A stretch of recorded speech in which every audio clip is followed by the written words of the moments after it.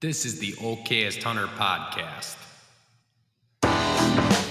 Never pass on shooter bucks, because that's just meat in the freezer. It's your tag, you hunt how you want. This is Okayest Hunter.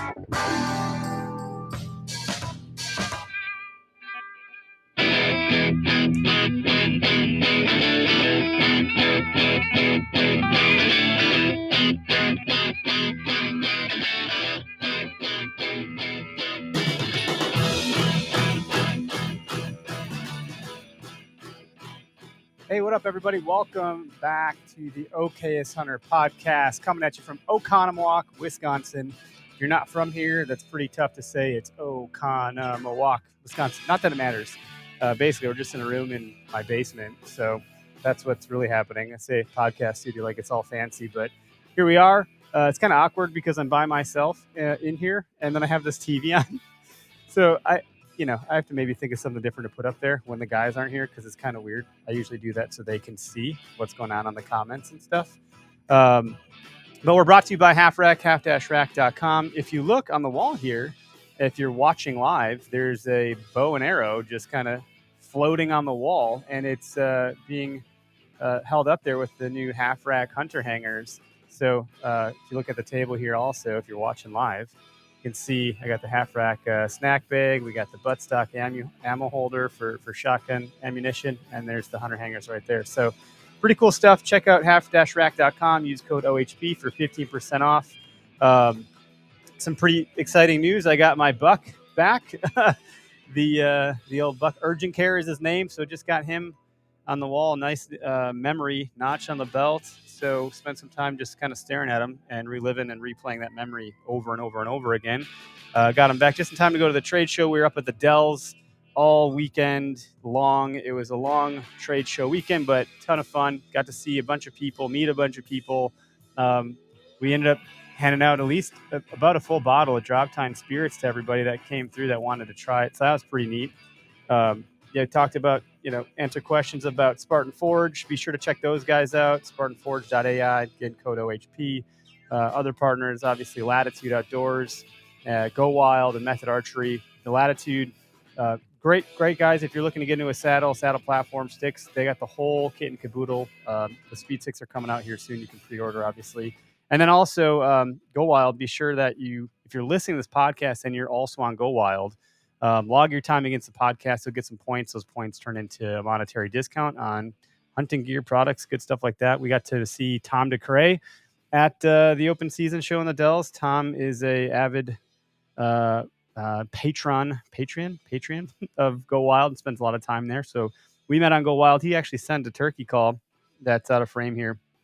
I don't think you can see it on the camera. It's sitting there right under the Fred Bear drawing. So he made that from hand and sent it our way and with a handwritten note. I mean, you just don't see that kind of other behavior on social platforms like you do on Go Wild. So be sure if you're not there to jump in there. I don't think they're what are those things called? The side-by-sides. I think there's still time to enter that giveaway. You just got to sign up for free. And if you're already in there, just invite some folks and you get a chance to win. So, excited to get into today's episode. I do feel a little naked without Greg and Derek or one of them. I think it's been 2 years since I've done a show by myself with a guest. And so nothing like diving right back in with our guest today, Tony Peterson with Meateater. He's one of their writers, content creators. Hopefully, Tony, I got the title not totally screwed up there, but thanks for jumping in here, man. That was good enough, man. That pretty much covered it. Good. There's good and good enough, and we tend to toe the line of good enough around here. So, yeah, thanks for that. Well, welcome to the show, the Okayest Hunter podcast show. I promise we set the bar really low, and I think we'll have a lot of fun with this one. I guess I'll back up. The reason I wanted you on the show there's a number of reasons actually, but this will just be one of hopefully many. Is a recent article you put out, and I think the title was, I won't get it completely correct verbatim, but basically like our obsession with antlers degrading or ruining hunting and hunting culture and so forth. So maybe before we dive into that, if you want to just give a quick rundown, I'm sure most folks know who you are, but kind of talk about your role there, what you do, and kind of how you came to this disposition over years of being in the space. How far back do you want me to go? I There's a mean, you could there's start a from day long one, then we can just leapfrog a little bit. Yeah. yeah, there's an origination story here if you want to hear it, man. That article you're I kind talking of about, do, because actually. well, we'll start there. That article that you're talking about on Meateater's site, the meateater.com, that is like 35 years in the making at this point, basically. But you know, my thing, I started out in the hunting industry. In 2003, I published my first article. It was actually a fishing article, but I started getting into the industry when I was in my early 20s. And I'd been a hardcore bow hunter my whole life, been a tournament fisherman. I'd done some stuff, but that was like my first time I walked through the door and I was like a part of the club, right? And I was associate editor at Peterson's bow hunting magazine. And I was like, oh my God, I have landed my dream gig, right? Like you've got new bows showing up and new tree stands, and like all of a sudden, just because of the title, you're like kind of the man, right? People are And sending you stuff. Yeah, yeah, you're like, "Well, yeah, I this mean, is it was great." it was wild for me. I was 26. I went from working at a mortgage company and selling wine on the side to as an editor of a bow hunting magazine. And I was working in the in fisherman office, and I grew up watching in fishermen, reading in fishermen, and so I'm down the hallway from those guys, and I was like, holy cow, this is it. I'm done. I peaked at 26, and over the course of a couple of years there, that company I work for owns the Sportsman's Channel, the Outdoor Channel, one of the fishing channels. I can't remember which one. It's a big company. They own a bunch of magazines, bunch of titles, whatever.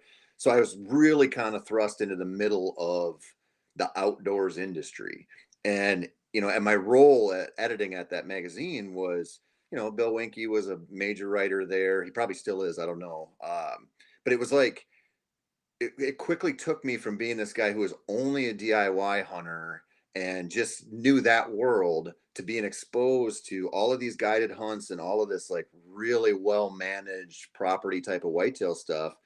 And I just went, holy cow, like this is so not relatable to me. I was in a weird place with it. And it made me realize, like, man, we're giving so much weight to this one kind of hunter. And I'm not saying I love Bill Winke. Like I'm not saying that's bad. I'm just saying so much of the how-to information was coming from people who have such good places and such good opportunities. And I was sitting there going, like I'm a knock on the door It's public land kind of hunter. disproportionate. Yeah, that's just a disproportionate, scale. Yeah, I mean, just totally. It was weird, and so I knew, when the mortgage industry collapsed, and I knew when the economy tanked in '08. I was like, this company, we just got bought by a different company. I was like, I'm gonna be shown the door here. I'm low guy on the totem pole, and I was like, I'm gonna go be a freelance writer, and I'm gonna start killing big bucks on public land and showing these people that you can do it. And man, when that happened, it was like I was as soon as that title is stripped from you, you're back to like zero, and you got to start over. But I wanted to stay in the hunting industry because I believed in the message and I wanted to just always be a writer. And so I started, hitting the public land thing hard, and it just resonated. I mean, people were, I'd speak at a deer classic or something, and people were like, "Thank you." And then, in that process, we had seen like the trophy thing get so heavy with the rise of so many outdoor television shows and stuff. That was really when outdoor television, like network television, really skyrocketed. And there was just fatigue. Like the audience was like, I've never seen a 170, and I can turn on the channel and I can watch 10 of them die in 5 hours. It was such a weird thing.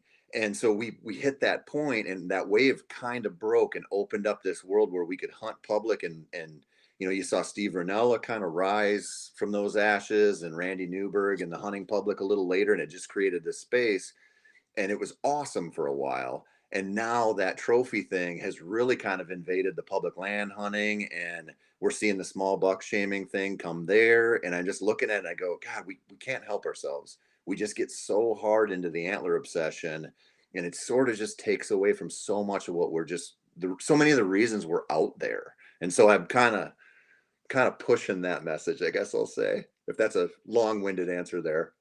No, I think it's cool to talk about, like, the start and how it's kinda come full circle. I didn't, put my finger on it the way you had where you're considering, like, now that same type of demeanor or approach or like mentality has come to public. Public's interesting because public, like, I've only ever always hunted public land, and when I was growing up hunting, I'm 37 now. I started hunting in my like teenage years, got out of it kind of, and then swung back in and went like really deep, from there on forward. And back then it was like, oh man, I wish we had private. And my dad and I would be up north, and like, oh, they must. That's a big one. I bet you they got that on private. And it wasn't like we were saying must be nice. It was just like, well, that's where the big bucks are. They're not, you can't find them Yep. on public. So then you pave this path, and um, you know now public land has this. For a while there, it had this badge of honor, like you're a Yep. badass, you can do it. Holy crap! And now it's actually it's changing. I think right now we're in the spot where is that message getting fatigued a little bit? Are people getting tired of that? Like 100%. it's yeah, and it's not, I don't think public land or private, they each have their unique challenges, and both require a lot of work. It's just different loads of work, you Yeah. know? I can't imagine the Yeah. type of work and cost that goes into food plots and, um, creating soft edges and habitat and dealing with neighbors that might be a-holes, or, that's your plot, that's what you have, and you get what you get, and you gotta work it, and either you can do it or you can't. And public's, you don't have any of that, you have all the opposite stuff. So Yep. there's give and take there. They're not, one is not better than, they're just different. Yeah. And it's, I mean, it's, we're at such a weird spot with whitetail hunting because we have really figured out if you have if you have enough land and you have the wherewithal to do it, we can create a spot deer are not going to leave. Like we kind of know how to kill the big ones now. If you have control over enough, you can do it, and that's great. Like that's great. People love doing that, and I think like I don't want to take that away from people. I think it's awesome they can do that, but you have to acknowledge that that's a different thing than a lot of people have in their hunting situation, but everybody's sort of comparing themselves to everyone else, and it's gotten really weird. Like when I see somebody who goes out and kills like a 110-inch buck on public land and they're getting small buck shame for that, I just go, what are we doing here?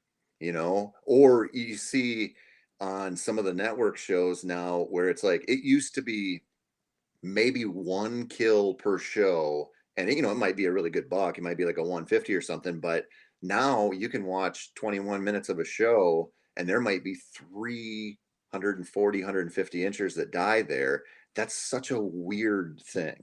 Like most Yeah. people are never going to see a single buck like that in any given season, and yet like there's that babysat world where that's going to happen no problem, and everybody's sort of looking at it, and we have such like an there's like so much ego built into this right now, and this comparison thing, and it's crazy. We kind of just need to take a step back and recognize how lucky we are just to get to hunt deer, and how lucky we are we live in a country that has a ton of public land. Like Yeah. we have things going for us here that are real special, and we should probably acknowledge that, I think. It's a good call out. Michael Waddell, when we had him on like a year ago, and he said, and I'll get the quote wrong a little bit, but it was like, hunting don't make you badass. It's badass that you get to hunt. Like, and that was a really great way to sum that up. Like, and he's like, somewhere some kids putting on, face paint just like you are, and they killed a 12 pointer, like, and they're 12. Like, it's not, at the end of the day, it's deer. And I have to remind myself sometimes even, that, there are different stages in, what you'd call maybe the hunter's journey or their development.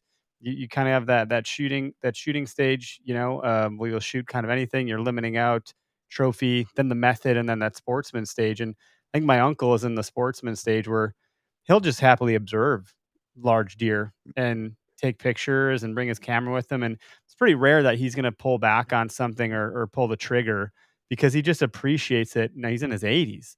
That's Yeah. a very different place than someone who's in their 30s or the younger 20s. And I've often said, like, it could be your last hunt with your grandpa, your first hunt with your dad or your kid, or someone could have passed that season, and there could be significance there. And so when that grip and grin shows up online, you know, to be that keyboard cowboy, you don't have the context of what went into that hunt or who they did it with or how they harvested that animal. Maybe it was the first time in a new state.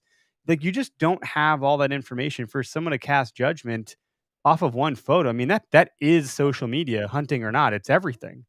And It's so it's unfortunate.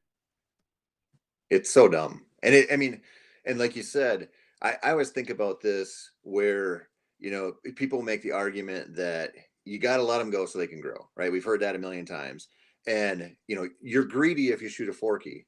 And I'm like, well, is it not greedy to want to shoot that 140? Like, what's the difference? Or, like if you value meat more than antlers, like, are you a lesser hunter? Like, I don't think so, right? But we Right. get this stuff all mixed up, and I always, I'm getting to the age now where I'm like, I look at this stuff and I go, man, you just got to find your own path in this stuff. Like, what does it for you? And you go through different stages and you learn different things, and you hit a point where it's going to change. Like, you might, when you're 20, you might love big deer. That might be it. When you're 40, it might be that full freezer that matters the most to you. And I just look at it and I go, we're here, like, we're not curing cancer in kids here. We're hunting deer. Like, this is just a, a pastime for us. And it's great. It's awesome. But it's like, it's not so important that we need to be really shitty to each other over it. It drives me crazy.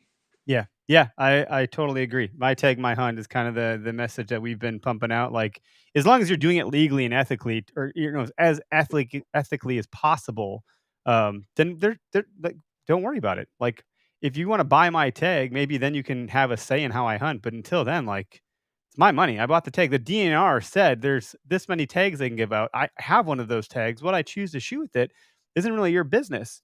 And I do agree that there is some selfishness that goes on. There's certain outfits out there that would prefer we don't post anything on social media, and I'm not sure how I feel about that. I have mixed ideas about my belief towards social. I don't think it's all bad. I think there's some inherent issues with it, but I don't know. I think some of the numbers that I looked up in preparation for this podcast, and I won't get any of the numbers uh, accurate here because I'm certainly not going to do math. I don't know if you ever listen to the show, but I'm pretty terrible at it. But the general growth of the United States population of the United States is growing at a clip that is over 10 times that of how hunter numbers are growing. So some may argue that we don't need more hunters, we need less hunters, and I think that's a selfish disposition a little bit. Um, Versus like the R3 movement of recruit, retain, reactivate. Let's bring more people in because more dollars, more conservation. We can protect those public lands that people think are getting bought up when it's pay to play. Where I'm going with this is that hunter numbers are growing, but they're growing so much less than, or at a rate that's so much less than the greater population that we're being outpaced. So that what I'm speaking to is the number of, or the gap between the people that don't hunt versus do hunt is widening so fast Yep. that it's not that everyone that doesn't hunt is an anti-hunter. They just don't hunt. They don't care one way or they're very neutral.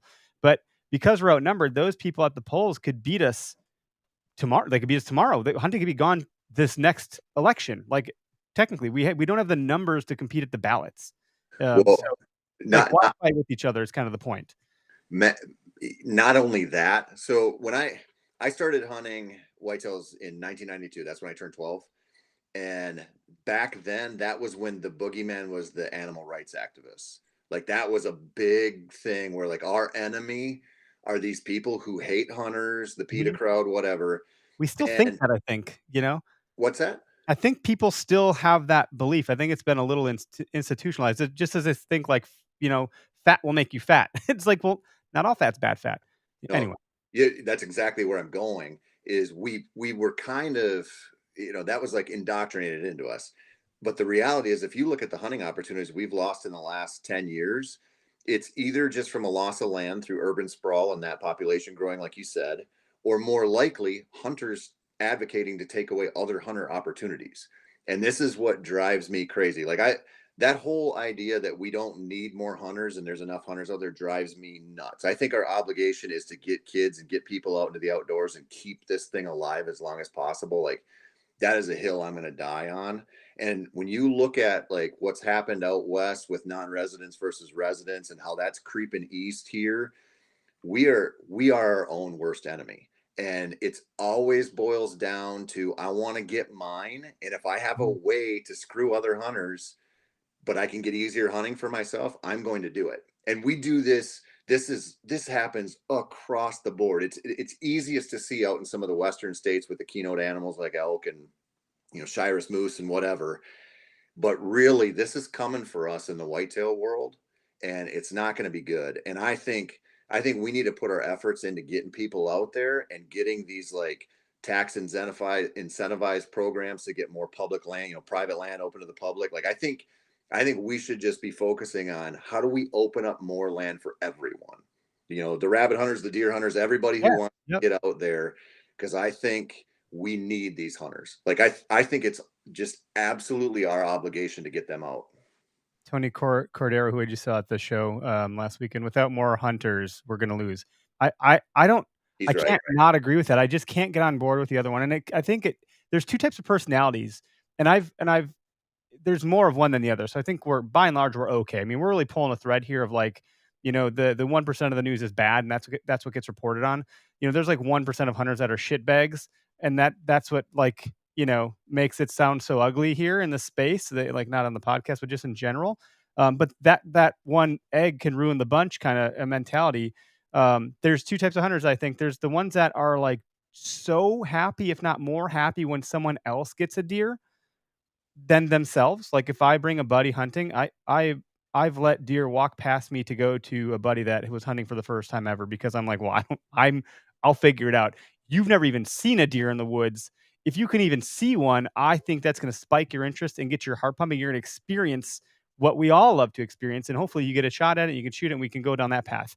Then there's the hunters that are like they would have shot that deer, not let it walk, and they would have pumped their chest about it.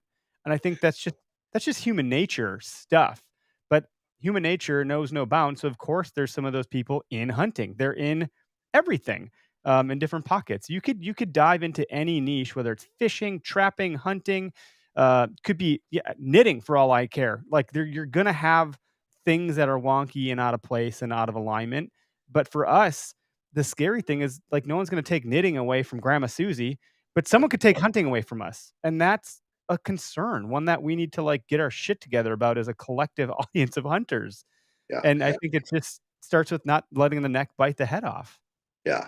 Man, I think I agree so much. And I think one of the things that about this that drives me, I've been bitching about this so much lately. And so I apologize if people have heard this This on is other good. This is good podcasts. for both But of us. I don't have a lot of outlets for this kind of talk, so it's been pretty man, nice so far. when I bring up the resident non-resident hate thing a lot, and one of the things that just drives me crazy about hunting in general is, even though like we talk about strategies and tactics, and you're a bed hunter and I'm a staging area hunter and whatever, there's this just natural bend to try to make it easier and easier and easier. And the way to do that is to keep people out. We know that. Like you talk to somebody who lives in an over-the-counter unit in Colorado for elk, they know if the non-residents go away, their hunting gets easier. That's a hell of a lot easier than them scouting harder and getting in better shape and hunting a few more days and staying out there in a bivy sack when it's raining or whatever. And I think we really need this message to get out that like this isn't supposed to be easy. Like, and if you need it that easy, like where you're willing to take away other hunters' opportunities, man, I think you got to take a look at yourself and go like, could I be putting in a little more, or are my standards too high, or why am I not happy with this? Why am I Like, blaming someone else? Like, we're, a lot of people that would maybe follow, like, Jocko Willink. He wrote the book Extreme Ownership. Like, yep, own it. If you have a problem, there's a good chance you might be the problem. Like Taylor Swift, hey, I'm the problem. It's me. Like maybe I quote Taylor Swift on the last three podcasts. I swear to God, it's becoming a problem. Um,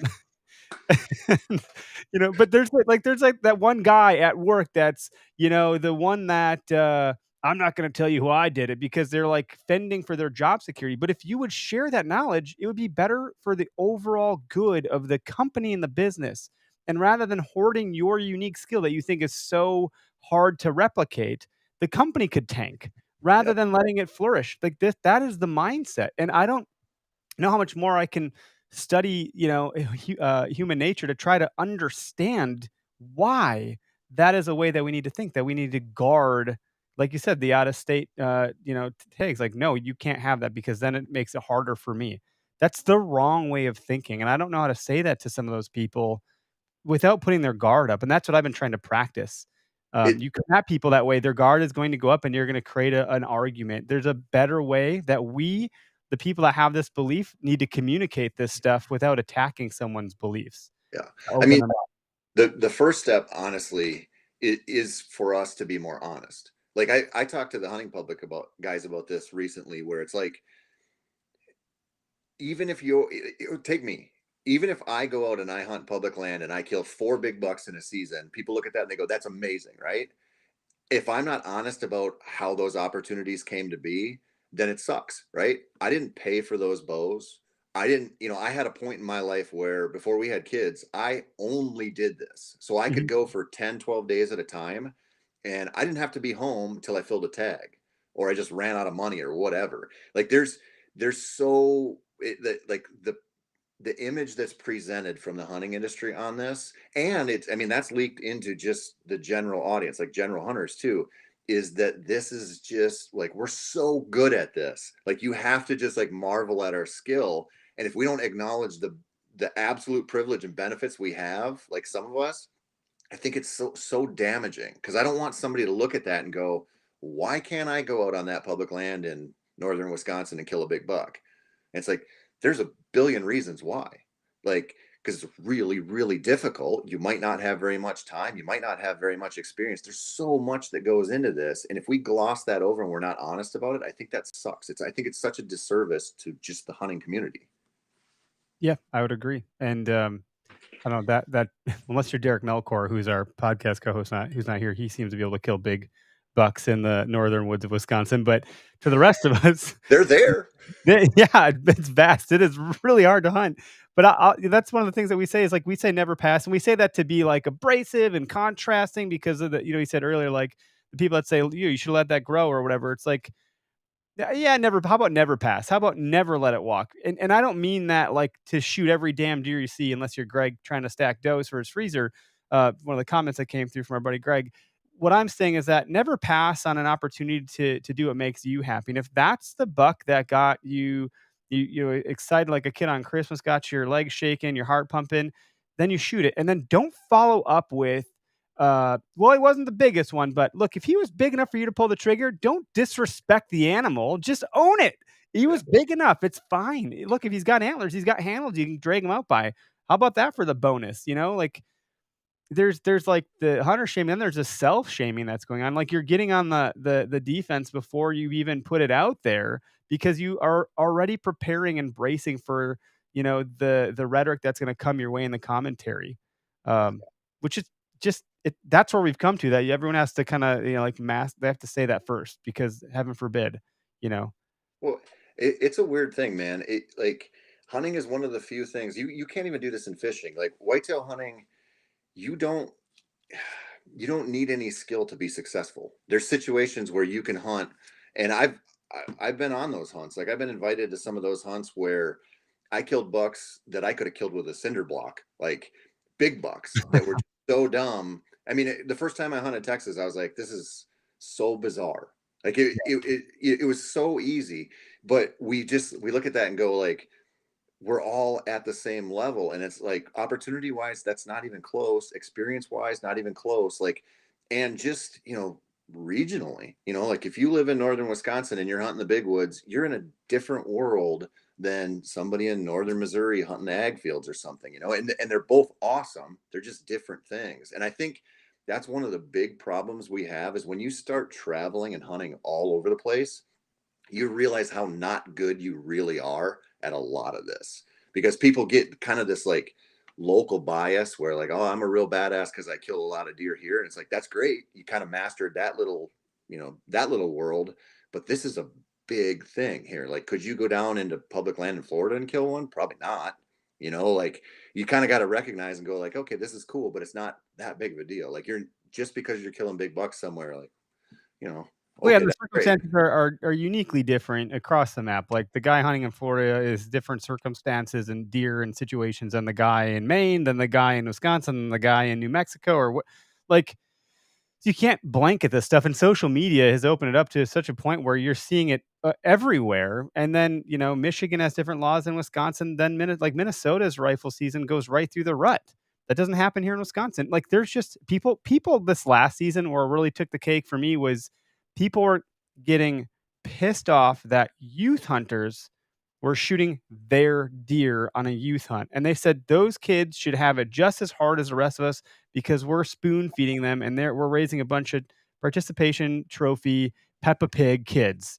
And I'm like, sure, there is something to that, like that we shouldn't make it so easy, but also if we're not getting any people to come into the sport, like this is an opportunity where like take your kid to work day, like it's an opportunity to show them something and it's just a different experience.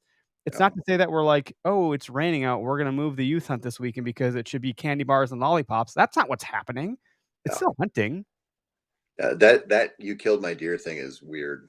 We wouldn't that wouldn't exist without trail cameras. Like not nearly to the Mm. extent it does now because we get this sort of overinflated sense of entitlement with trail cameras because we see deer that we wouldn't normally see and people think that they're living there and that there's, like I got a really good chance because he shows up here a lot and it's like, man, their home range is a section. Like you and 17 other people have that deer on camera And and they're it's all saying the same thing.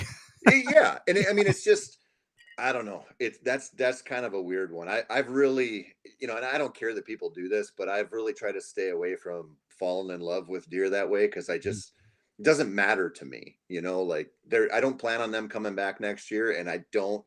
It doesn't really bother me when they walk across the fence and they get shot somewhere else because that happens all the time. Yeah. Yeah, someone shared a story over the weekend about that happening.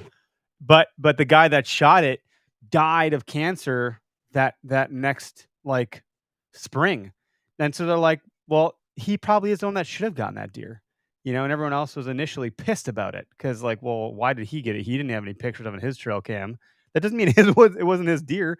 So let me know what you think about this because you talked about entitlement and so, like, this whole I've been, like, really kind of playing around with this whole like, is there too much ego in hunting? How do I apply human nature to some of these things that are to like just to, how do I think about how do we approach it? How do we be a good exemplar and a good steward of like I don't want to get into going like tit for tat with people. I want to try to transcend some of it. And what I think happens if someone experiences getting big deer for a very long time, or they're getting them on trail cam and they're kind of like having that sense of entitlement. When you experience that success, you're kind of getting that sense of entitlement in the deer woods in the sense that, well, I shot a 6 pointer last year. This year I can only shoot an 8, and then I can only shoot a 10, and then a 12, and then this many inches, and so on and so forth. Or then I have to kill it in its bed. Like I get the idea of increasing the challenge, but just once you start to do that, you start to gain this entitlement. Then comes paranoia. Now that we're doing this, I'm taking these big deer and it's going great for me. Like now I'm paranoid that someone else might take that deer or claim that deer. And then that feeds control. And now I'm trying to control things like, hey, you shouldn't have shot that deer. Now I'm trying to tell other people how to use their tag. And I just think that, it's kind of created this effect of entitlement, paranoia, and control, and that's kind of a little bit what I believe we're seeing. And I don't know if you've thought about that way or not, but since I have you here, I'm curious to get your thoughts. Man, I think personal goals are great. Like, I think if somebody shoots a 6 pointer this year and they say it's 8 pointers or bust next year, as long as that's just their personal journey, Yep. great, go nuts. I mean, I look at this like I filter a lot of this stuff through like, I quit drinking 10 years ago and started going to the gym. Like I needed to quit drinking and I needed to start going to the gym. And what I realized what like through that process was like nobody else is accountable for my happiness. Like Yep. we always like to blame other people for how we feel and our happiness and our contentment and everything. Like this is on us. Like I'm sure anybody can arc into your day at any point and ruin your day, but generally it's kind of up to you to be happy with yourself and your choices. And I look at this and I go, if you want to set the goal of 160s or bust and you want to work your ass off for that and be obsessed with it, great, do that. But the minute you start talking down to somebody who's real happy to shoot a 2.5-year-old or something, that's when you suck. Like that's when you change the whole thing because this isn't about them. Like this isn't about other people. Like just take your own journey. And that's one of the things that's really tricky about taking new people out. And I think we should be really like I think those of us who are lucky enough to get to do this a lot should be taking new people out a lot, but we have to be really careful to allow them to find their path. Like I'm running into this with my daughters because my daughters are 11 and they're hunting, and it's like it's not my hunt. I don't care, however much work I put into scouting and everything.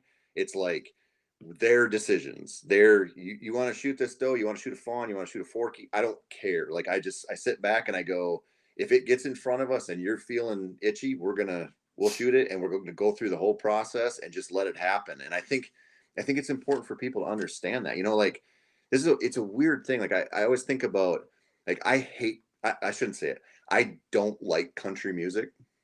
It's not my thing. That's okay. I won't Just judge you. it's just not.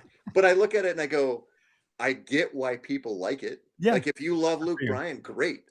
Doesn't affect me at all. It's just not my thing. We're just different. And the Yep. same thing applies in every facet of our life, including hunting. So if it's like, if all you're into it for is, another head on the wall, great. Go nuts. Just don't shit on other people. Just like if you're only into it for meat, that's great. I wouldn't shit on somebody that's, holding out for a Pope and Young or better or whatever. Just keep it to yourself. That's your journey. Yeah. Yeah. It's interesting because some people think that you were promoting the killing of forkies and shaming on the big buck hunters. I'm like, no, that's not what we're doing at all. I'm just saying it's your take, it's your hunt. Teach his own, you do you. If that's what you're into, do it. And I'm similar. Like just don't be mean to other people.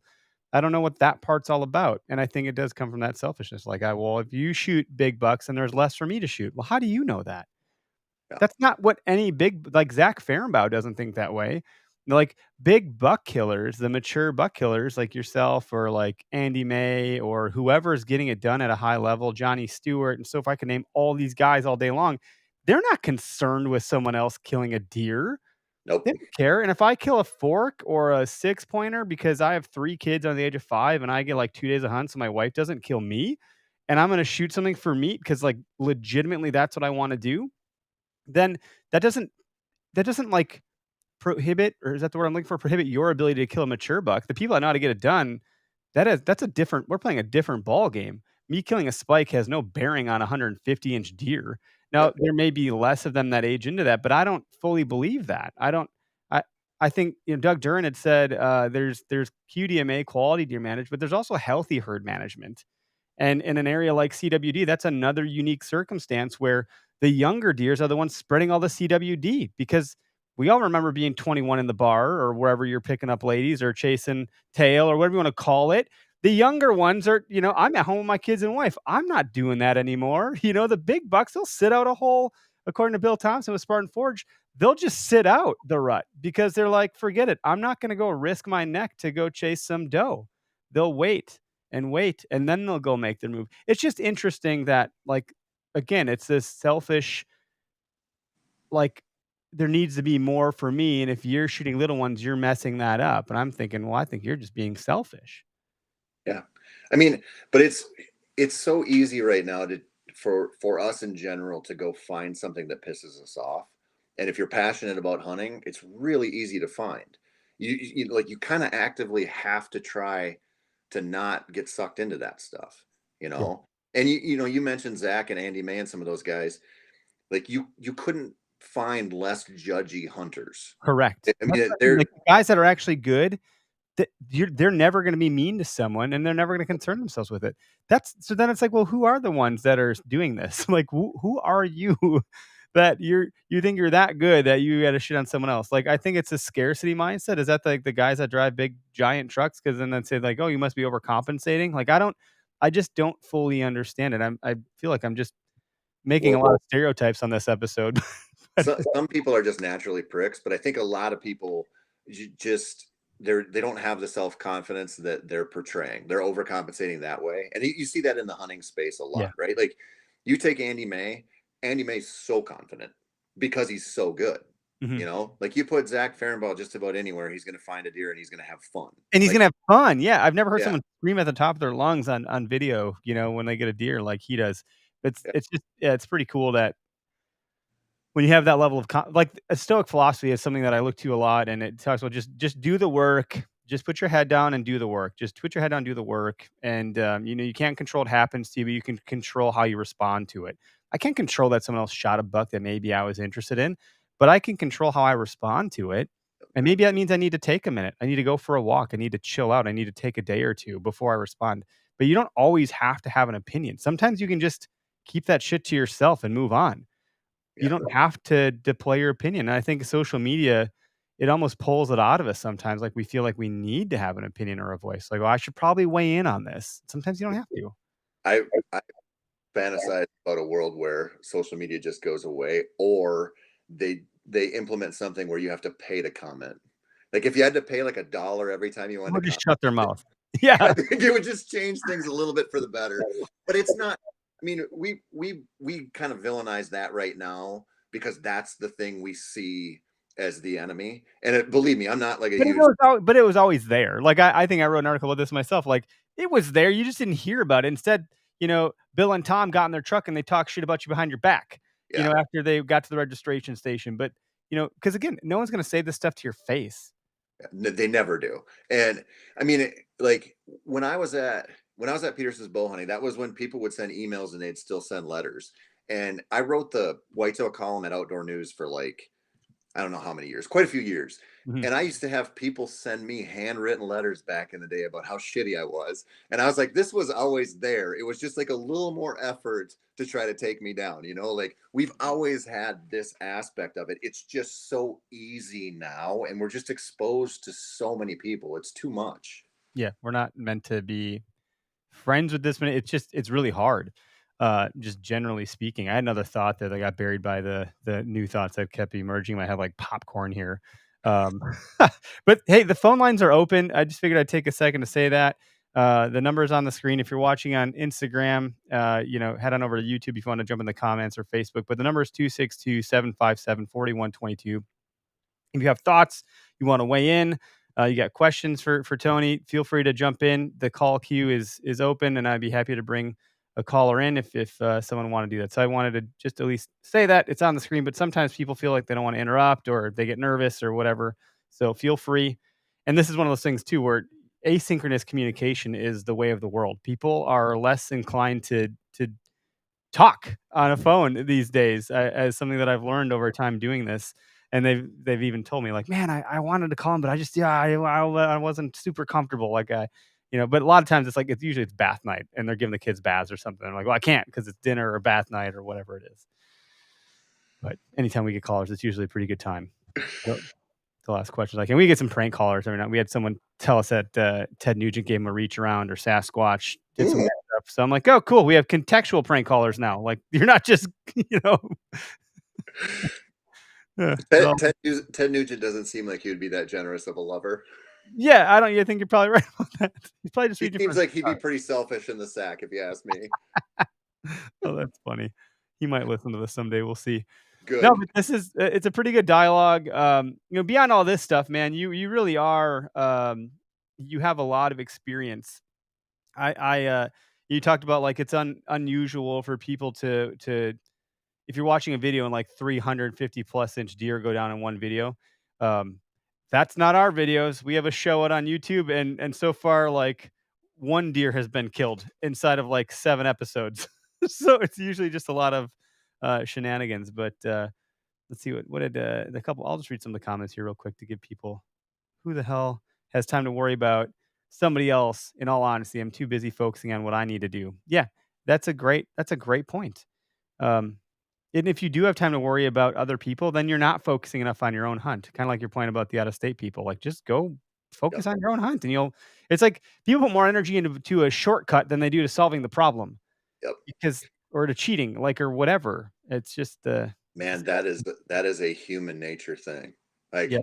I'd rather get surgery on my lower back than do the physical therapy and the stretching and the strength work to, get my core in shape. Like, I'd rather take a pill to get skinny than go to the gym. Like, we like shortcuts, but they don't work very well. I'd rather do ABC to get rich. But it's like, well, yeah, but like if you would have just taken all that time, just like worked really hard, you could have gotten, I don't know, or saved or whatever you got to do.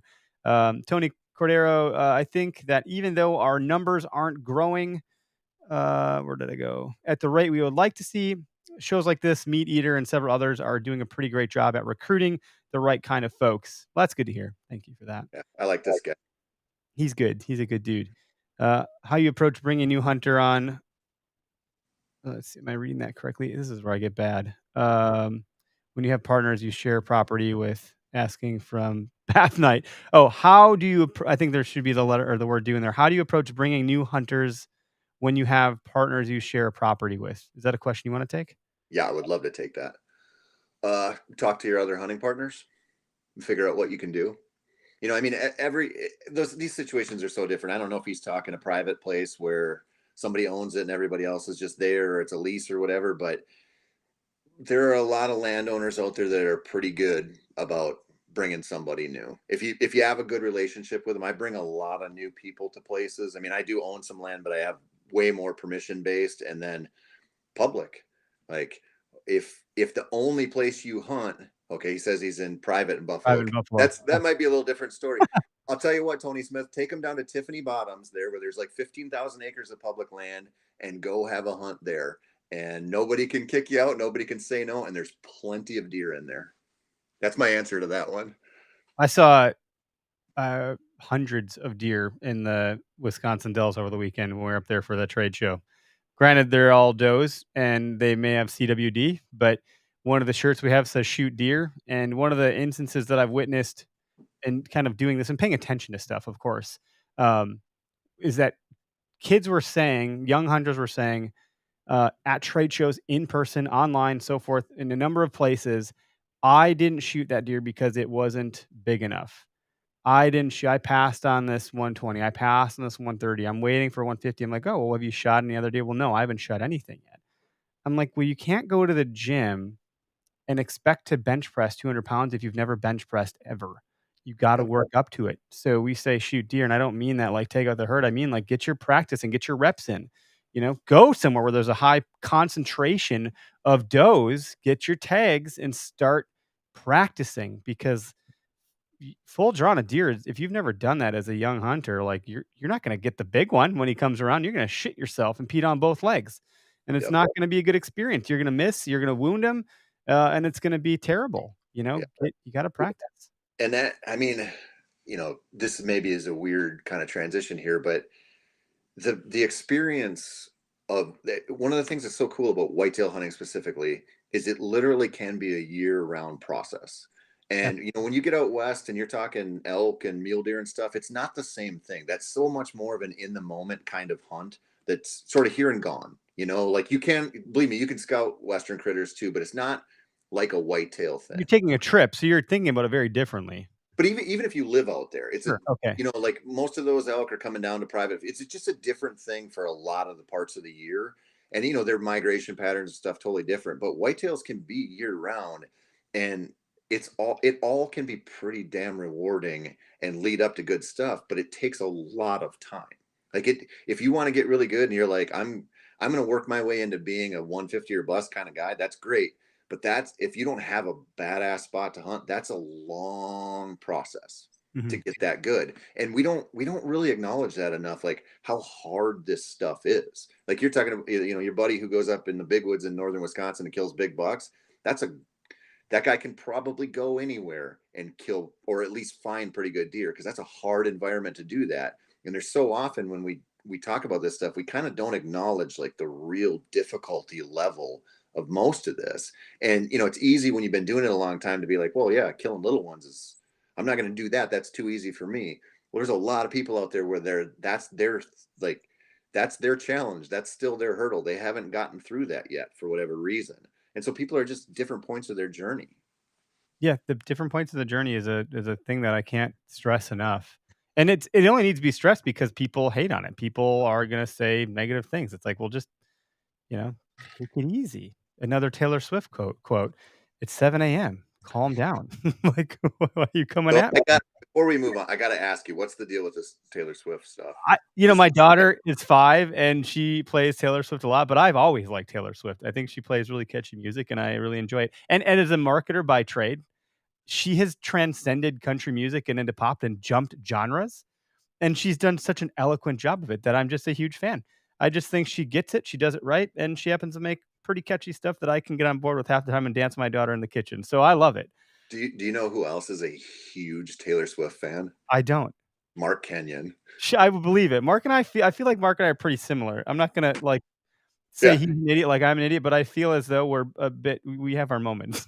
Yeah, Mark is a huge Taylor Swift fan. Yeah, I didn't know that, and it's very well known that I am, because clearly I'm talking about it on every podcast lately. So, and just letting it leak out here, and I've no shame. I don't care. Like people are like, "Oh, you like to?" I'm like, "Get over your ego, dude. You like it too. You can't tell me you're gonna listen to it and not tap your feet. Come on." Even yeah. So no, I didn't know this was going to be a trigger for you here. if I could play Taylor Swift right now, I would. It's just so great, but I'd probably get in trouble for like copyright infringement or something weird. Yeah. No, it's good stuff. I think this is a really fun conversation. I have a personal question I want to ask you. I hunting last season. You can see it on our YouTube at some point if you ever dive into our rabbit hole of shenanigans. But I don't I understand conceptually what a staging area is, but I don't know if when I'm looking at one, like what signs to look for. And up until recently, Derek on our team has videos and articles about buck rub clusters of rubs, where these deer are leaving their bedding area or they're very close to their bedding area and they're just killing time and they're rubbing up several trees. It's not a rub line, it's a rub cluster. Very different than. Now, is that similar to a staging area? Is that like a pre-staging area? And how are you Oh, identifying that? that is a staging area. I mean, that is my I literally wrote about that an hour before this. That is Oh like my wow. number one winter scouting find. Because if you find a cluster of rubs, in the cover, right? Yep. Yep. You found a place where buck or bucks spent time probably in daylight on their feet laying down sign. And that to me, if you hunt pressured deer, or you're not just going to wait for November 7th to go. Like if you're going to hunt late September, October, middle October, that's where you kill big bucks. Like to me, that is the most important find if I'm hunting public land almost always. I might get into something where I find like a water pattern or a river crossing or something that's just banging. But generally, if I'm hunting around a lot of other people, which I usually am, staging areas are so important and they're always identifiable by those cluster of rubs. Like that's just it. It's so good. Well, and does use staging areas too. So then, like, how do you factor that in? Well, I like to hunt where the does are too. But That it, it's just different. So what I want to do when you're talking about those cluster rubs, the reason that they're there is because they got up from their bed and they're going to feed, but they don't want to go there before it gets dark. Or they left that food source in the morning and they're coming back and they're just in the security cover, but they're not ready to go lay down yet. And those places are where you kill bucks. Like if you hunt pressured land, those like I'm and like I know there's like bed hunting specialists and all this stuff. Like I'm not one of them. Like a staging area to me is just the place where I'm going to focus on after, if it's like 2 weeks into the season and, everybody's like, oh, the lull's coming or it's, beginning of October and I'm going to wait for Halloween or whatever. I'm going in to try to find those staging areas. If I didn't already find those rubs winter scouting, and I'm going to look for that. And a lot of times I'm going to do an observation on the outside of it and just be like, who's getting up? Who's going to come through here before last light? And a lot of times you'll see them. You make the move the next night if the conditions don't change, and that's when you kill them. Like I probably have more bucks on my walls from that kind of strategy than just like a rut hunt or early season kind of field edge thing. Like that's real important to me. the one thing that again, I'm referencing Derek here, and it sounds like we should probably have another episode when he's present because we could get really into some fun tactical things. Um, he I'm learning a lot from him because he's close to me. Like, I mean, accessibly. I can text him and he'll answer, and I can call him and he'll answer, and we'll hang out and all that jazz. Our kids are friends, our wives are friends, all that jazz. Plus, he's here every Tuesday normally, other than today because he's in Arizona. But my point is, he mentioned to me, and this is one of those things where guys like you and him and others that are like really good at this, the details you pick up on that I will not even pay attention to or they won't even be on my radar. He's talking about you're talking about rubs in spring scouting and winter scouting. He's looking at the coloration of the rub to distinguish when that rub was laid down. He's like, well, this is probably an October rub versus a September versus a November versus like, you know, last week. Yep. And that's telling me what that deer is doing at that time of the year versus my dumbass at some point is like, Oh, well, that's a fresh rub. I should be looking at that one because it looks cool, and that's like the photos that I see, and that's like that looks like a big one, because it's higher off the ground or the base of the tree. It's like I can tell it's a bigger deer, and the height of the rub is what you look for. But I didn't even take into consideration the coloration. Thought like, oh, those just must be old historical rubs. I didn't realize that you could actually, without being overly scientific about it, could measure that. Yeah, that was probably a rub from October. Yeah. So this is what you wanna be thinking come that October lull. Like, here's a rub cluster from October, that you're gonna wanna consider for next year, so you're compounding your knowledge in a way that is setting you up for far greater success, and, like, you're gonna get more at bats at bigger deer. Yeah. I mean, it's honestly when you start figuring that stuff out, like the cluster rubs and the staging areas and that in cover sign like that, what you really do is you unlock the entire season because so many people hit it hard right away, opener, whether that's in, Wisconsin or Minnesota where it's mid-September or whatever, October 1 somewhere else. But there's always that downtime in the first 15, 20 days of October where the pressure is lower, people aren't out as much. So if you're a public land hunter, like my favorite time to hunt the big woods in northern Wisconsin is the first 2 weeks of October because the weekend or the opening week kind of fervor's over and people aren't really out there yet getting ready for rifle season. They're not paying attention to the rut stuff, and I get those deer on natural movement, but it's always in the cover and it's almost always tied to some kind of staging area. And I've seen that in a lot of, it's not just northern Wisconsin. And so what you do is you go, okay, I kind of know I might catch one off guard the first week, right? Might be a field edge thing, it might be something else. When it starts to get 7, 10, 12 days into the season, now I know the pressure's got to them. Those deer, they're not going to be risking it the way they were on opening night when they haven't been hunted for 9 months. I also have the advantage of people kind of giving up for a little while, and so those deer are going to move. Like the October lull, I know people really buy into that, but man, if you're hunting pressured ground, your number one enemy is hunting pressure. And if the October lull convinces most of your competition to stay home, now you just need to go find where those deer are going to be. You don't have to work against the other hunters, you just work against the deer. And that's why this winter scouting stuff now and finding those rubs and rub lines are really valuable too. They're not the same to me as a cluster of rubs, but you can find that stuff now and make a plan for that dead zone of the season when most of your competition is going to say it's not worth it for me to go. And that matters, man. Like if you're out there when other people aren't there and you have kind of an idea where they probably bedded here on this knob and worked their way to this creek bottom and they staged here before they headed to the neighbor's alfalfa or however your situation is, you have a huge advantage when that downtime of the season comes and you don't take yourself out and go, well, I'm just going to wait for Halloween because it's going to be better. Like, man, I want to hunt now. And you can put yourself in that position if that makes sense. Yeah, it does, and I'm one of those guys that, I would love to go now, so to speak, but I also know that I have less intel. I wouldn't say confidence, but there is certainly this lack of confidence.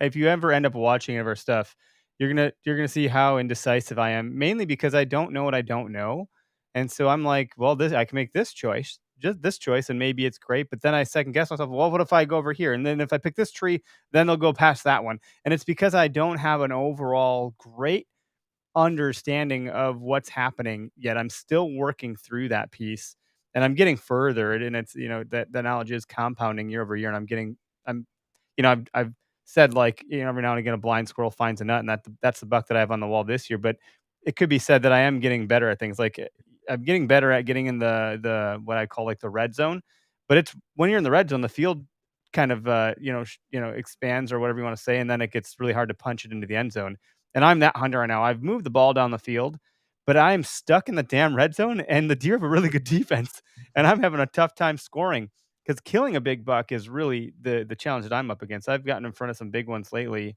in the last several seasons, and I've only just recently connected and got it done. And so that was like a really big, 7-point score for me. I was like, man, I did it. This is great. I'm in the grand scheme of things, I'm definitely losing the football game, but I'm having a ton of fun learning, and it's great. But that is such a common scenario. I mean, most people go through that where you get good at killing the does and the little ones and the big ones are just different. and it takes a lot of people when they hit that stage, they struggle for a long time, and Mhm. then you break through and you never really go back. I mean, you can still have bad seasons, but it's never you never have that like self-doubt where you're like, I'm not gonna make this happen. It's never gonna happen. It starts to change. Like you get into that position. But what you're talking about there with like not having the confidence in certain spots or certain times of the season or something like that, man, when you winter scout and you find those spots and then you sneak in there on October 3rd because you have nothing going on and you're like, I got an evening to hunt, and you bring your Mhm. saddle or whatever in there and you see those fresh rubs in there, you go, now it's pretty simple, right? Like they were there last year. Somebody was there last year for sure that felt safe in that spot. And you can almost guarantee he was moving in the daylight if he made those rubs way back in the woods. And you look at that this year and go, somebody's going to follow that playbook. Like another deer, if it's not him, is Yeah, going to do the that. land isn't changing, so, like yeah, and maybe it is, like, maybe there's housing development or ag fields are changing, and there's variables to that, but, yeah, man, I had something else I was gonna say there too, but about just kind of learning the stuff and figuring it out. That's alright. I got distracted reading a comment here. Tony said, because I was laughing in my head, Tony Cordero said, "Tony, when you miss a deer, is it okay for you to say you pulled a Kenyan?" I say way worse than that about Kenyon, buddy. Well, he likes Taylor Swift, so he's got that going for him. Mark is a I'll have to text him. Mark, he's a great guy, Yeah, but he's so fun to make fun of.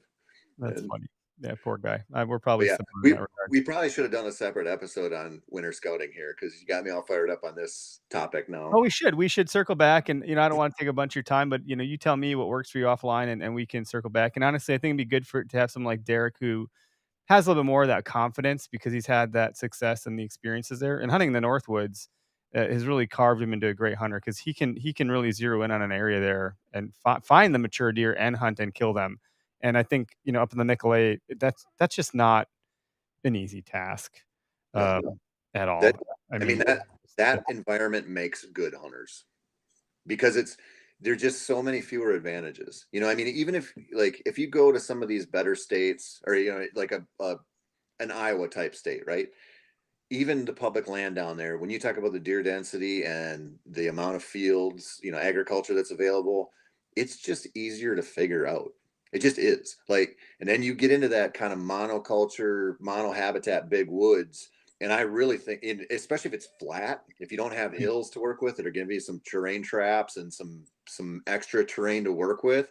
If you go hunt flat big woods, and this is the same thing down south too. You see this in Louisiana and some other states, if you can go kill, like get on deer in that environment, you're doing just fine because that is just not an easy place to do it. You have like the fewest advantages as a hunter in those environments, and the deer have so many over you. that's wild. So Yeah, it's I like that. I love it. My favorite environment is the big woods in northern Wisconsin because it kicks my ass all the time. Well, it's funny because I love it for different reasons. I mean, it'll kick my ass, but I just love the vastness of it and how close you are to God, to nature. It's just a really you're just so much more removed. There's predation, there's wolf packs, there's bears. It's just a different animal up there. Like up there, I'm a little nervous to fall asleep on the ground. I go hunt on the western part of the state down in southwest Wisconsin. I'm like, meh, if I fall asleep at the base of this tree for a quick cat nap over lunch, I'll be fine. In the Northwoods, Are no fucking way am I doing that. are you taking a lot of naps at the base of your tree? Are we getting to the root of some of the problems here? Yeah, yeah. No, gun season, I'm definitely napping. Bow season, not so much. But I do have 3 kids, and I'd be remiss to say that there haven't been a few hunts where I'm, like, really tired, so I wouldn't say I may not be the first person that's called my hammock, my hunting saddle, a knapsack, but, it serves a good purpose there. I'm definitely safer in that than a tree stand. The rope's already tight.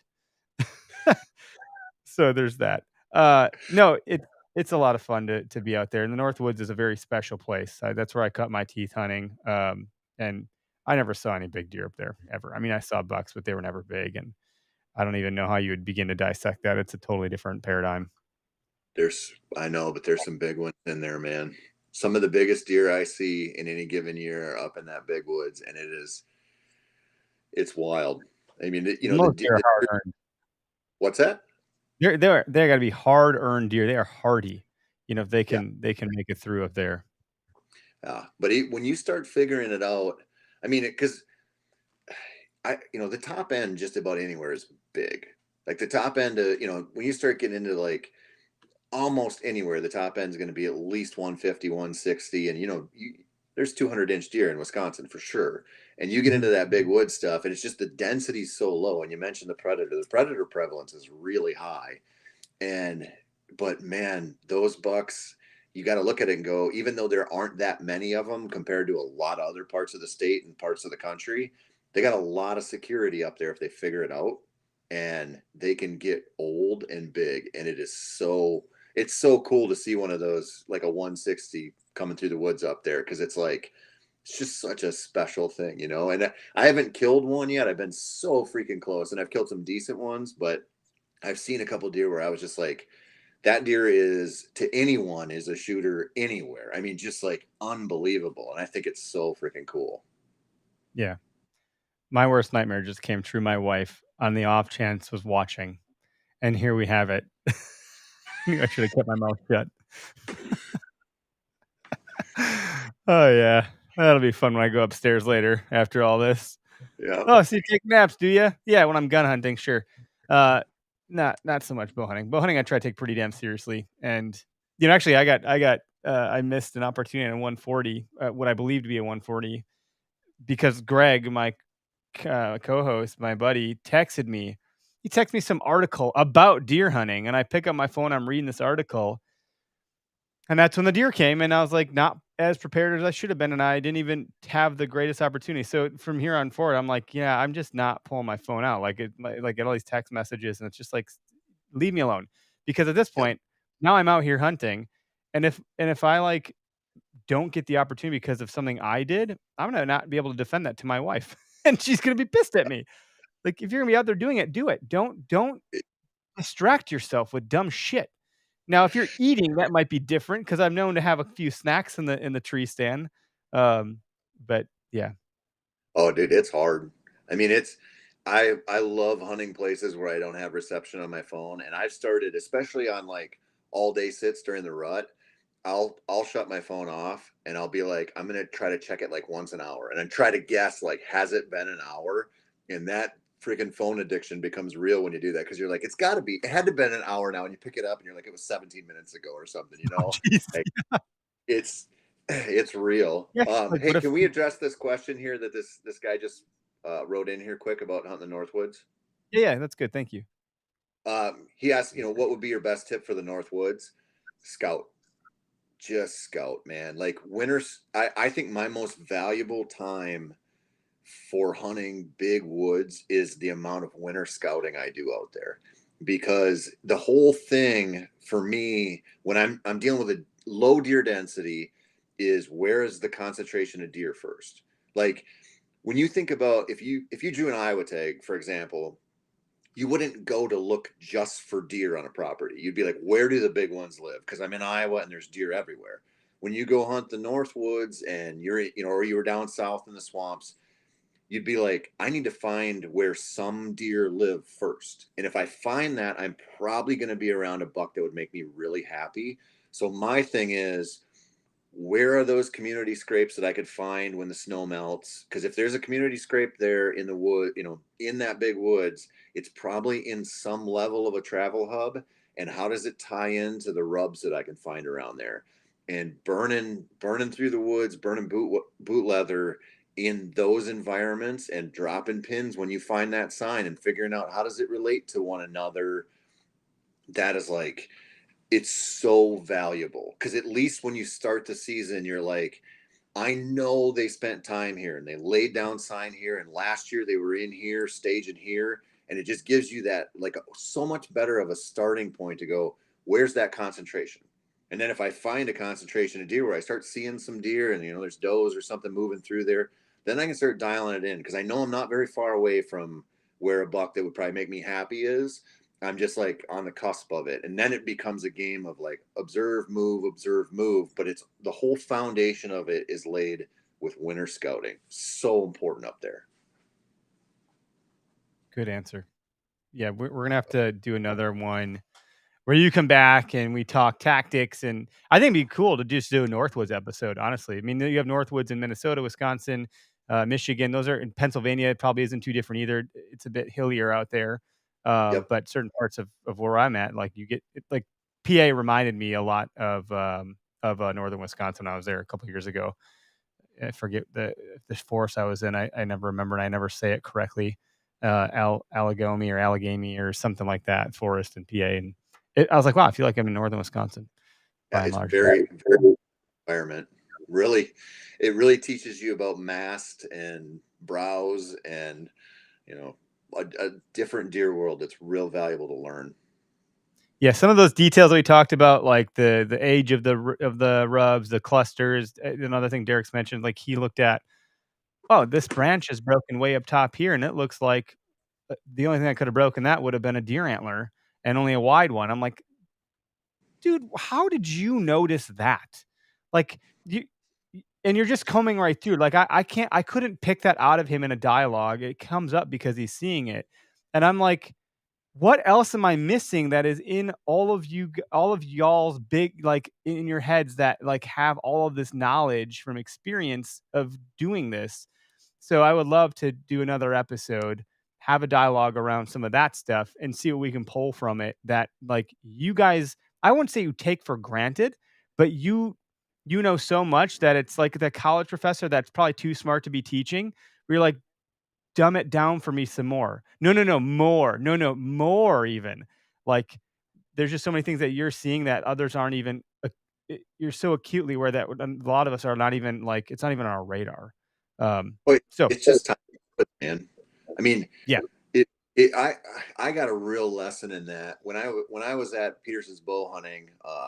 I buddied up with an outdoor photographer who lives up there named Bill Marshall, and Bill has made his living photographing wild animals for probably 40 years now. And I went squirrel hunting with him one day. He's like, "You want to go squirrel hunting?" I'm like, "Yeah, hell yeah, let's go." fun. The Yeah. amount of things he pointed out in the woods that I had no clue about. I mean, deer brow, like unbelievable knowledge of the woods. Like you want to talk about woodsmanship, it was like a master's course on that. And I remember thinking like, I don't know anything compared to this guy.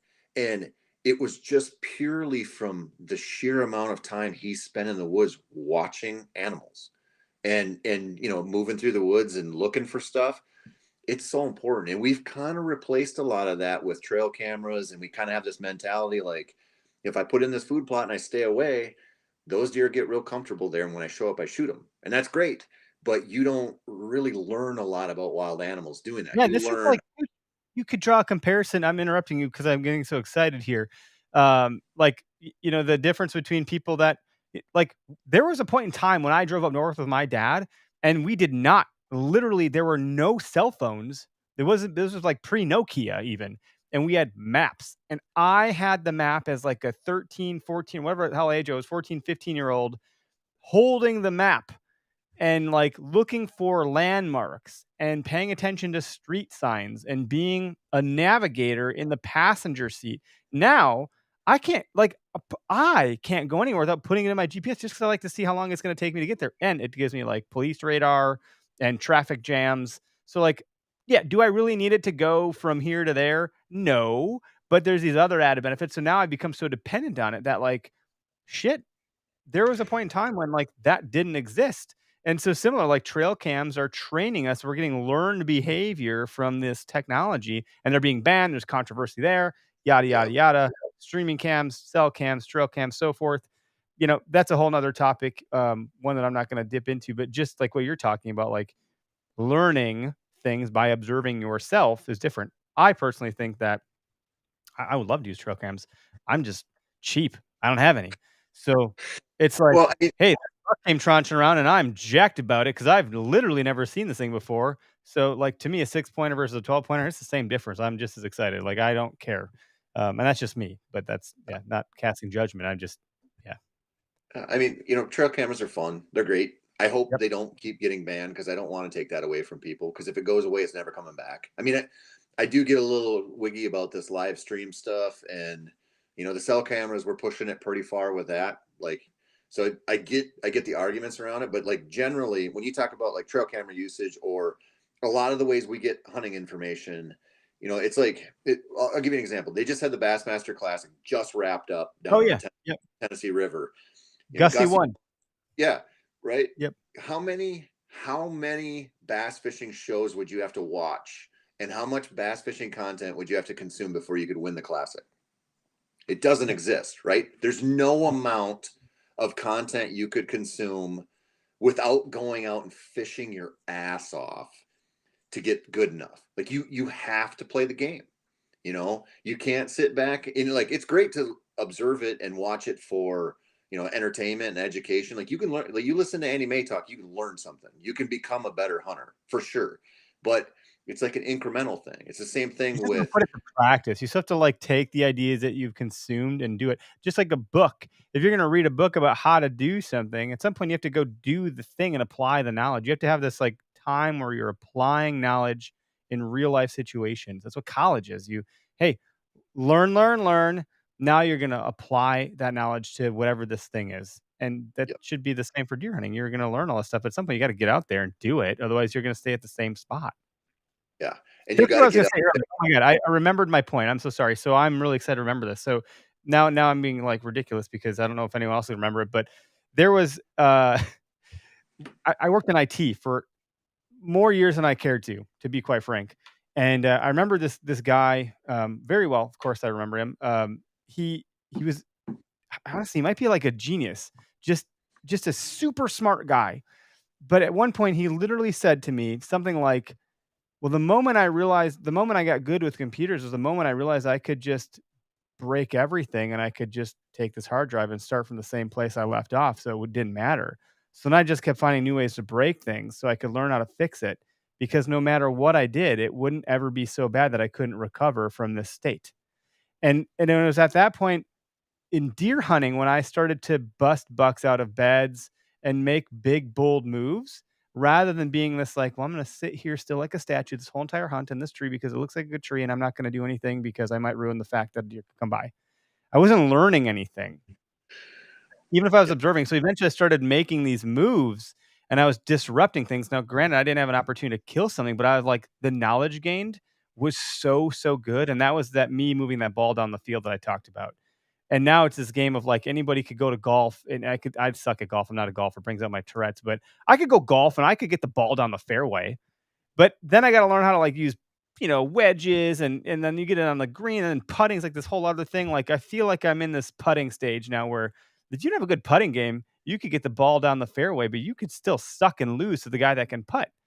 So like now I'm learning how to putt, and that's how I look at it. By the way, I'm not learning how to putt because I can suck at golf. I'll never learn how to putt.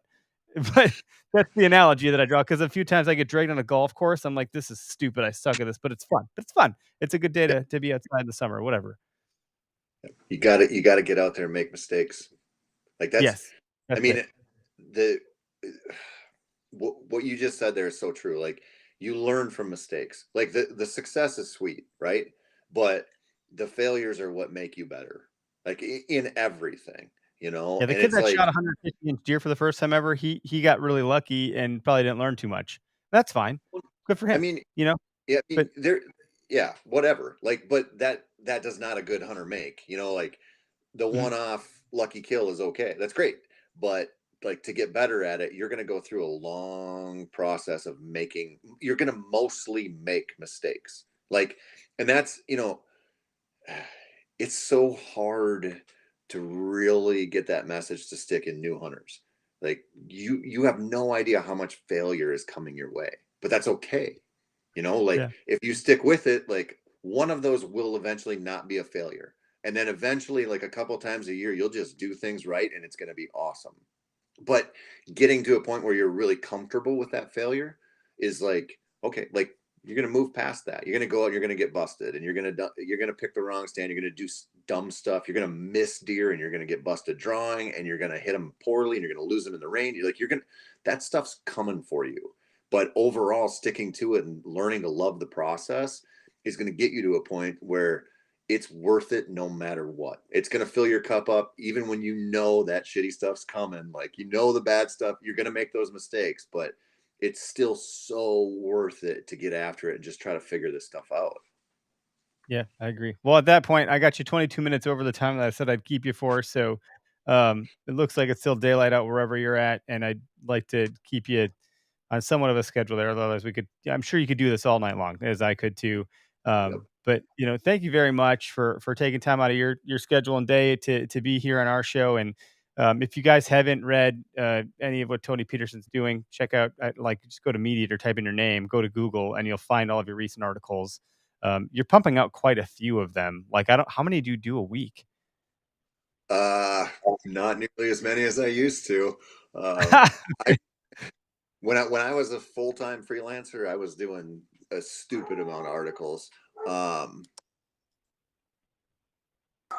Sorry, my dog's going nuts here because somebody's That's coming all right. home. Yeah, Um, no, for 60, 70 a year for Meateater, something like that. But they, if they want to find my writing, they can go to the meateater.com and yeah. check it out.